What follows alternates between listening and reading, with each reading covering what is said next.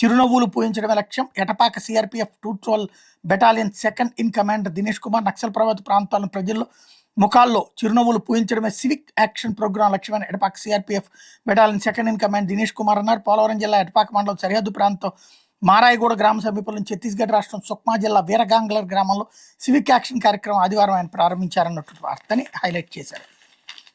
ఇకపోతే సాక్షి.